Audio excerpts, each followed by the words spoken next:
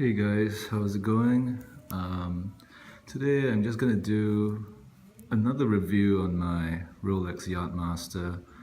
I haven't been making videos for the last 2 months because I was away in Korea. I got married over there, and I took this baby with me. Um, Out of all the watches I had, I picked this one because I didn't want.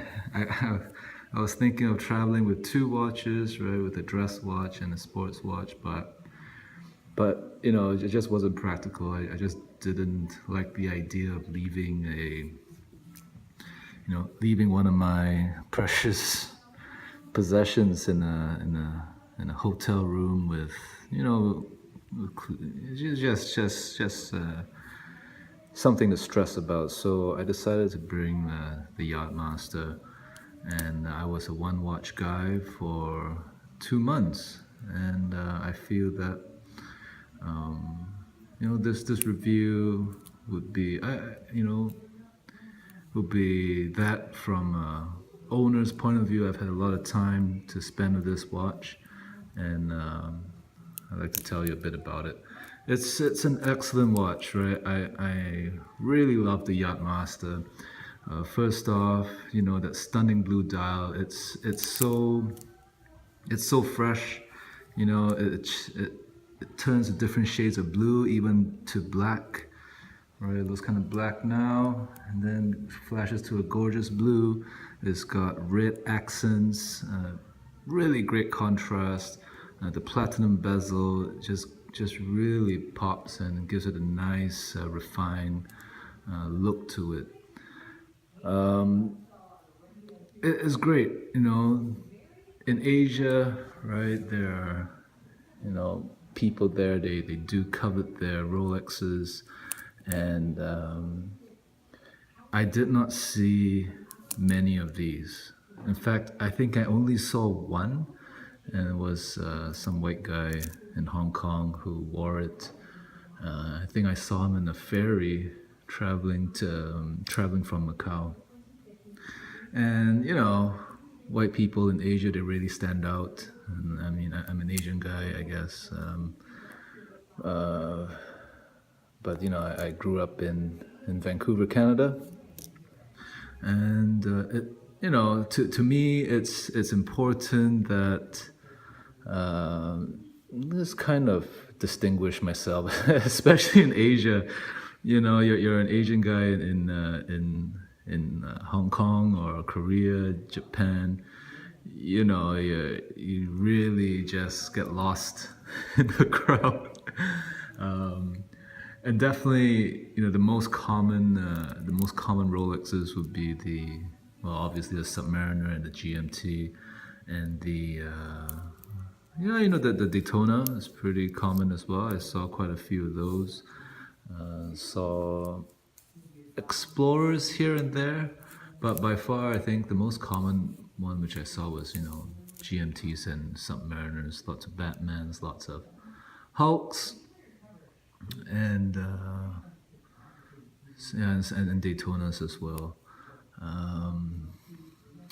So having this watch really made me feel pretty special, right? And then a couple times, I caught people really staring at my wrists when I was on the subway, and I would kind of catch their glance, and we would kind of lock eyes a little bit. And that there was just this nod of understanding. Hey, that I had a really fine timepiece, and something really interesting, right? It's not just another Submariner, not just another GMT, and it was great. Bi-directional bezel was very useful because I could actually use it to keep track of a second time zone. All right, this would just be my 12-hour indicator, so it was useful. Of course, right, it's a Rolex. It was so versatile. I could wear this to really for any occasion. I wore it for my wedding. I wore it for friends' weddings. I wore it to go out and just be a tourist, and went to temples everywhere with this watch, right? And a fantastic watch. I it definitely it definitely incurred a few scratches here and there. This is kind of inevitable.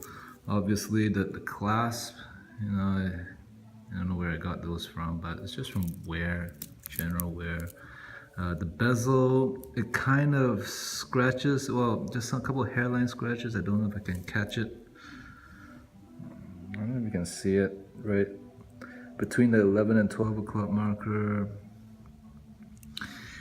Yeah, one thing about Asia, okay, you wear a nice watch. I realized that I found myself walking with my hands behind my back a lot more, especially in crowds, because there was an incident where I was just walking normally, my hands by my side, and I kind of clanked watches with someone else who walked past me.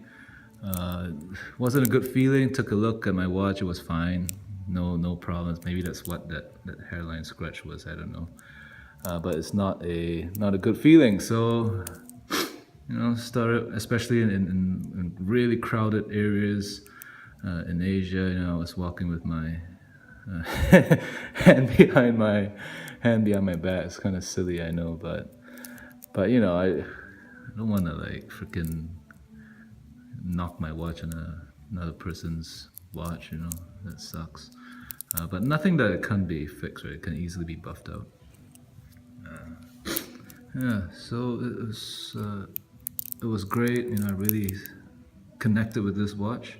I definitely feel more connected with this than the GMT Master 2 16710 Coke dial. I don't know. The GMT Master 2 was a great watch too, but I know this modern Yacht Master just felt a lot more. It just felt so much more solid compared to the older generation of Rolexes. Not to take anything away from those, right? Those are icons, right? They will last a lifetime, more than a lifetime. But the modern Rolexes are just built so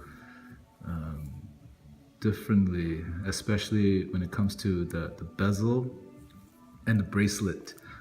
Obviously, the case is similar. Rolex case the Oyster case hasn't changed at all, but when it comes to the moving parts, the bezel, the crown, the bracelet, each link, the locking mechanism is just, listen to that. Boom. It's not moving anywhere. It's not rattling. The end links are just stuck on there as if it's just one solid piece. Right, the modern Rolexes are really, they definitely improved on the 5-digit Rolexes.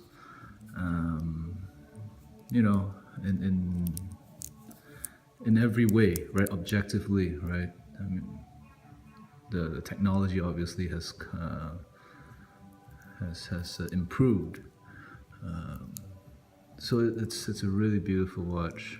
I really love this piece, and it's definitely a keeper. Highly recommended. Right, the Rolex Yacht Master. Okay, thank you. Bye.